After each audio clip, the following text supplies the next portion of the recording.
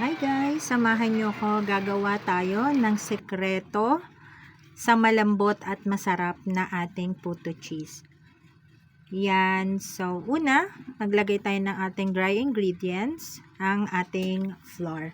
Dito nga pala, mga kabeshi ko, ang ginagamit ko ditong flour is cake flour. For me kasi, mas maganda siyang gamitin, mas fluffy, mas smooth. Pero depende rin naman sa inyo yun kung anong gusto nyo gamitin. Pwede rin kayong gumamit ng all-purpose flour. Pero sa akin, mas gusto kong gamitin ang cake flour para ma-achieve ko yung gusto kong lambot ng aking puto. So, diyan, sinasala ko muna bago ko gawin yung mixture. Then, sinisigurado ko na mapipino ko lahat. Nga pala, meron akong tips na ibibigay sa inyo. So, diyan, yung mga buo-buo, wag nyong itatapon, guys. Kasi kasama yun sa measurement ng ating dry ingredients. So, pag tinapon nyo yun, mababawasan na yung sukat ng ating flour. So, ang gagawin nyo lang is dudurugin nyo. Yan, kagaya nung ginagawa ko. Durugin nyo siya, kailangan lahat maisama. Wala tayong itatapon dyan. Kasi kasama yan dun sa sinukat natin. So, syempre, pag tinapon natin yan, mag-iiba na yung sukat ng ating mixture. Okay. Ayan. Then, lalagay ko na rin dyan yung ating white sugar. At saka yung ating baking powder. Sa baking powder din pala, ang ginagamit ko dyan is calumet. So, lahat talaga kahit sa anong baking products ko or mga ginagawa ko like cakes, baking powder ko talaga is calumet. So, subok ko na siya. Mas maganda siyang gamitin. And then, naglalagay na rin ako ng salt. Yung salt na nilagay ko dyan is 1 teaspoon lang. Para mabalanse siya yung lasa. Then, mix lang natin lahat. Make sure natin na lahat is mahahalo natin.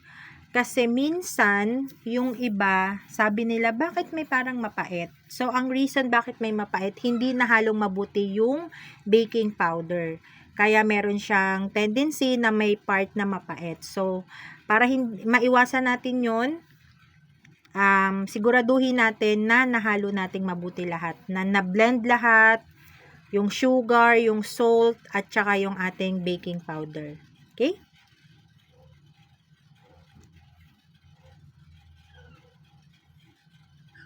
Ayan, haluin lang natin ulit mabuti.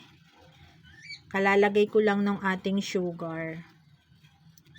Tapos, after nyan, ilalagay na natin yung ating liquid ingredients. So, dyan, pagsasamahin ko yung ating milk at saka yung ating water. So, una ko munang ilalagay yung ating milk. Evaporated milk yung gamit ko dyan.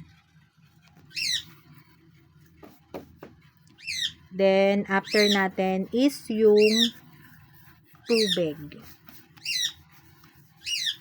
Ayan, haluin lang natin mabuti hanggang maging smooth. Yung wala nang buo-buo tayong makikita sa ating mixture.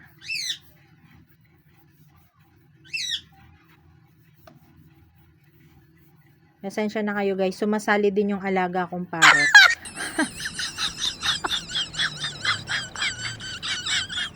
Ayan, pag nasigurado na natin na wala nang buo-buo, ilagay na natin yung ating itlog. Ayan, 4 na itlog yung nilagay ko dyan. And then, naglalagay din tayo ng melted butter. Okay? Then, haluin lang natin lahat yan.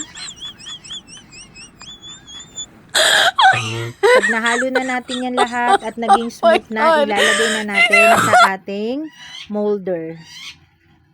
At habang naglalagay tayo dyan sa ating molder, magpapakulo na tayo ng tubig para ma-make sure natin na kumukulo na siya. Then, lalagay na tayo ng sliced cheese sa ibabaw. Oh, there you go. Diba ang bilis? O, tikiman time. Yan, diba? Nakita nyo naman. Sobrang lambot.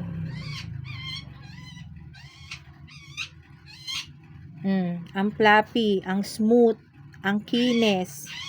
'Di ba? Wow. At ang bango niyan, guys. Habang binibiak mo siya, sarap. Thank you for watching guys. Bye!